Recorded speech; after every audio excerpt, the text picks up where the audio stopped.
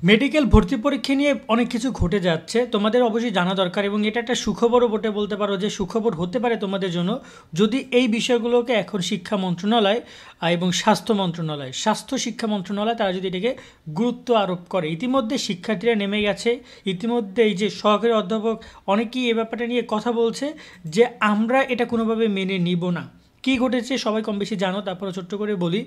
মেডিকেলে অনেক শিক্ষার্থী ৭৩ পেয়েও চান্স পায়নি, সেখানে ৩৬-৩৭ পেয়েও চান্স পেয়েছে।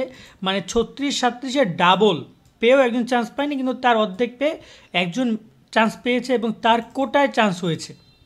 এখন এখানে সাধারণ মানুষ যারা মেডিকেলে এত বিষয় বোঝে না, তারা অবশ্যই তাদের কাছে একটা কোশ্চেন যে আমি একটা ছেলে, সে ৩৭ পেয়ে মেডিকেলে ভর্তি হবে, সে কি মেধাবী, আর সেখানে একজন ৩৬ পেয়ে চান্স পাবে, সেও ডাক্তার হবে, দুজনেই ডাক্তার হবে। সেক্ষেত্রে আমি কার কাছে ডাক্তার দেখাবো? অবশ্যই আমি যে ৩৬-৩৭ পেয়েছে তার কাছে আমি ডাক্তার দেখাবো না, কারণ সে ওই রকমের কোনো হয়তো বা ভালো মানে ডাক্তার হতে পারবেও না, কারণ তার রেজাল্ট এখনই এই অবস্থা। সেক্ষেত্রে অবশ্যই মেধাবী শিক্ষার্থীদের সরকারি মেডিকেল কলেজগুলোতে ভর্তির সুযোগ দেওয়াটা খুবই গুরুত্বপূর্ণ, কারণ সরকারি একটি মেডিকেল কলেজে একজন শিক্ষার্থীর পিছনে লাখ লাখ টাকা খরচ করা হবে, সেটা কিন্তু কোনো সরকারের স্পেশাল টাকা না, সেটা জনগণের টাকাই, এবং জনগণের টাকায় শিক্ষার্থীরা তাদের মেডিকেল জার্নির পুরো জার্নিটা তারা কমপ্লিট করে থাকে। সেক্ষেত্রে তাদেরও একটা দাবি যে এমন শিক্ষার্থী মেডিকেলে ভর্তি হওয়ার সুযোগ পাক যারা কিনা সত্যি মেধাবী, কোটার মাধ্যমে না। এবং কোটার যদি হতো যে একটা খুব কম বেশি ডিফারেন্স না, ৭৩-এর জায়গায় ৬০ বা ৬৫ পেয়ে চান্স পেয়েছে, তাহলেও তারা মেনে নিত, কিন্তু এখন সেটা ৭৩ জায়গা থেকে প্রায় ৩৬, ৩৭, ৪০, ৪৬-এ চান্স পাচ্ছে। মানে এখানে পার্থক্যটা খুবই বেশি চোখে পড়ছে। তো এই জায়গায় মূলত অভিভাবকরাও একমত হয়ে নেমেছে। ইতিমধ্যে আমরা দেখছি যে ঢাকা মেডিকেল, তারপর হচ্ছে যে স্যার সলিমুল্লাহ মেডিকেল কলেজ, সবাই আন্দোলনে নামছে এবং শিক্ষার্থীরা বলছে প্রয়োজনে আমরা ঢাকা মেডিকেল সহ সারা দেশে সব মেডিকেল শিক্ষার্থীরা এই আন্দোলনে নামবো। সুতরাং এই আন্দোলন হালকাভাবে নেওয়ার কোনো কিছুই নেই, আজকের মধ্যে ফলাফল বাতিল করতে হবে। অর্থাৎ তাদের ফলাফল বাতিলের জন্য এখানে বলছে আজকে কালকের মধ্যে ফলাফল বাতিল করতে হবে, এবং তারা বলছে ফলাফল পুনর্নিরীক্ষণ করতে হবে, অর্থাৎ মেডিকেল ফলাফল আবার প্রকাশ করতে হবে, যেখানে মেডিকেলের যে ভর্তিতে যে কোটা ছিল সেই কোটাটা তারা বাদ দেওয়ার কথা বারবারই তুলছে। এক্ষেত্রে এখন দেখার বিষয় হচ্ছে এ ব্যাপারে স্বাস্থ্য অধিদপ্তর বা শিক্ষা স্বাস্থ্য মন্ত্রণালয় তারা এ ব্যাপারে কী সিদ্ধান্ত নেয়।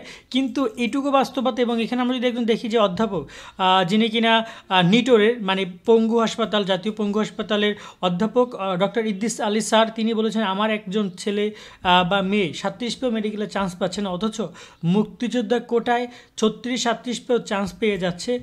পরিবর্তিত বাংলাদেশে কোনো কেন এই বৈষম্য থাকবে?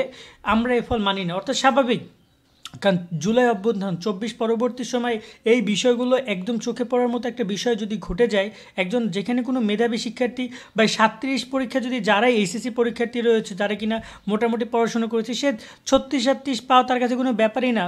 তুমি ওই যে প্রশ্নগুলো এসেছে আবু সাইদের, তোমার হচ্ছে যে আবু সাইদের মৃত্যু কবে হয়েছে, বাংলা টাকা 100 টাকা নোটে কী আছে, এরকম অনেক সাধারণ জ্ঞানের কোশ্চেন এসেছে, অনেকটা ইংরেজি কোশ্চেন এসেছে, অনেক ফিজিক্সের ছোটো ছোটো কিছু কোশ্চেন এসেছে যেগুলো ম্যাথমেটিক্যাল ছিল না। এগুলো একজন শিক্ষার্থী নর্মালি অ্যান্সার করলেই 36-37 পায়, কিন্তু একজন শিক্ষার্থী যে কিনা প্রিপারেশন নিয়েছে, সে মেডিকেলের জন্য আলাদাভাবে পড়েছে, সময় দিয়েছে, তার প্রিপারেশন স্কোরটা প্রায় 73-74, কিন্তু তারা ভর্তির সুযোগ পাচ্ছে না। তো এই জায়গাটা অবশ্যই একজন যার বিবেকবান মানুষ রয়েছে সে কখনোই জিনিসটা মানতে পারবে না।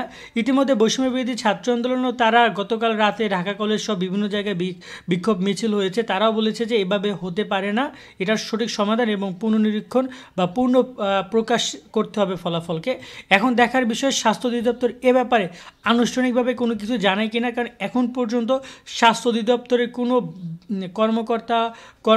কর্মকর্তা বা যারাই রয়েছে না কিনা, বা যারা মেডিকেল ভর্তি নিয়ে কাজ করেছে, কারোর কথাই শোনা যায়নি, বা এখন পর্যন্ত তারা কেউ গণমাধ্যমকে আনুষ্ঠানিকভাবে কোনো কিছু জানায়নি। বাট উচিত হবে তাদেরকে এই বিষয়গুলো জানিয়ে দেওয়া, এবং নয়তোবা এখানে আন্দোলনের কথা কিন্তু বারবারই বলা হচ্ছে যে এতে একটা বড়সড় আন্দোলনের দিকে যাচ্ছে, স্বাস্থ্য শিক্ষার্থীরা চলে যাবে। তো আজকের মতো আমরা এখানে বিদায় নিচ্ছি, নতুন আপডেট আসলে জানানোর চেষ্টা করবো। ভালো থাকবেন সকলে, আল্লাহ হাফেজ।